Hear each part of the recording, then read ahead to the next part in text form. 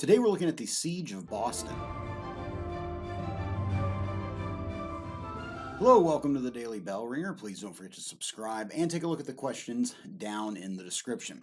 So, after the British had retreated from Concord, Massachusetts in April of 1775, they were surrounded by the American militia trapped inside Boston. So, an estimated 15,000 American militiamen, which would eventually become the Continental Army, surrounded approximately 6,500 British troops there inside Boston.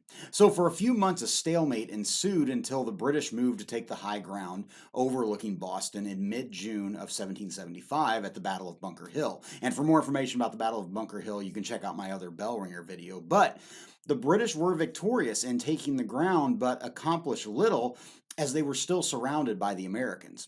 Although there would be some minor fighting and skirmishing between the Americans and the British as the siege continued, there was really no major battle for the remainder of 1775.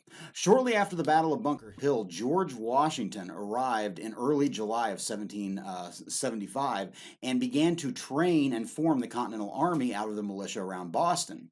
Washington had a daunting task, as here he was attempting to train a very undisciplined and unruly group of militia. Some historians have noted that the militia around Boston prior to George Washington arriving was really less of an army and really more of just a mob. All right, and so there was very little structure or organization. As Washington began training the army, he also began to assess the situation of trying to force the British out of Boston. And you have to keep in mind as well that this was prior to the Declaration of Independence being approved. So the nation was kind of in limbo as to if they were going to actually declare independence from Britain or not. But one thing was clear to George Washington: his army was woefully low on ammunition and weapons. I mean, the militia had already been defeated at Bunker Hill primarily due to running out of ammunition. So if they were going to take Boston and force the British out by force, he was going to need more guns. Now, it just so happened that there was a supply of weapons that was accessible to the Continental Army, but it was going to take a little bit of work to be able to get these guns. And so, if you remember, Fort Ticonderoga in northern New York, right at the place where Lake George and Lake Champlain come together, was captured by the Americans back in early May of 1775. And the fort had cannons, ammunition, and gunpowder all sitting there not being used. So, Colonel Henry Knox, one of Washington's advisors and artillery commander, approached Washington with the idea of going on a mission to retrieve the weapons from Fort Ticonderoga. Many of the other advisors to Washington really kind of laughed at the idea, arguing that it would require dismantling all of the cannons, loading them onto barges, all before Lake George froze up. And to add to that, there was a lot of rough trails and many streams to have to cross to get the guns back to Boston. But Knox argued that if they waited just until it got a little bit colder, he could reach Fort Ticonderoga and use sleds to transport the heavy weapons across frozen lakes, streams, and trails. Washington agreed to let Knox attempt this risky mission. And so on December 1st of 1775, Knox departed for Fort Ticonderoga.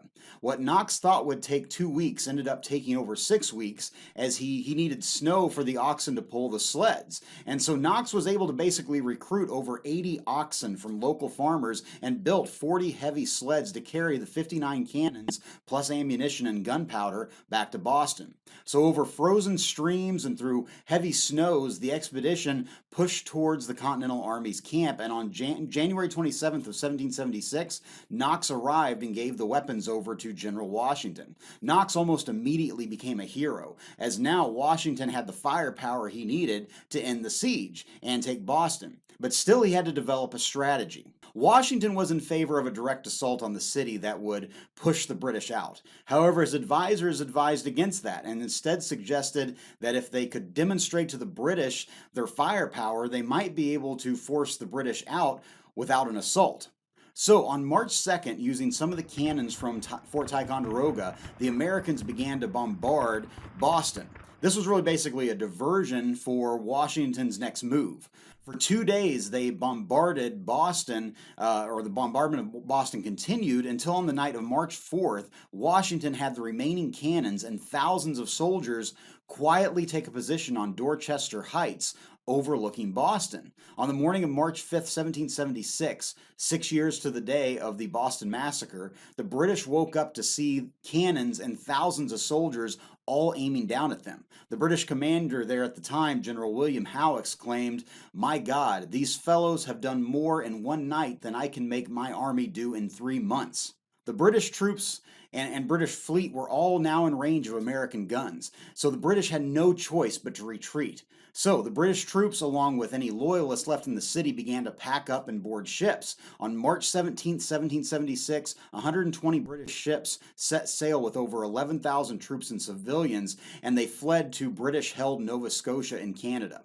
Washington and the Continental Army marched victoriously into the city, optimistic that this victory would really lead to full independence. And Washington now had really added to his almost mythological stature, as now he had taken Boston. But little did they know that the British were far from beaten, and thousands of British troops were actually preparing at that moment to embark from England on their way to America to begin fighting the war. So with that, hopefully you learned something, and thanks for watching.